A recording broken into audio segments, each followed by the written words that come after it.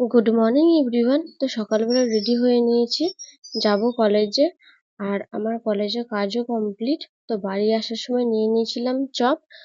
তো চলো এই বেড কভারটা চেঞ্জ করে নিই। তো বেড কভারটা আমি চেঞ্জও করে নিয়েছি। এবার বিকেলে আচার তৈরি করব। দিদা আগে থেকেই নুন আর হলুদ মাখিয়ে রেখে দিয়েছে। এখানে কড়াইয়ে তেল গরম করে নিয়েছি, আর এই তেল গরমের মধ্যে দিয়ে দিয়েছিলাম মশলা। তো মশলাটাকে ভালো করে মিক্স করে নিতে হবে। তো মিক্স করে নেওয়ার পর ওই আমের টুকরোগুলো দিয়ে দিতে হবে। তো আমের টুকরোগুলো দিয়ে দেওয়ার পর ভালো করে ওই মশলাগুলো আমের সাথে মিক্স করে নিতে হবে। তারপর কাচের বয়ামের মধ্যে রেখে রোদে শুকোতে দিলে হয়ে যাবে। তো সন্ধেবেলায় খেয়ে নিচ্ছিলাম ফল। আর যা গরম পড়েছে। তো চলো আজকের ভিডিওটা এইটুকু। দেখা হচ্ছে নেক্সট ভিডিওতে। তো সকলকে টাটা।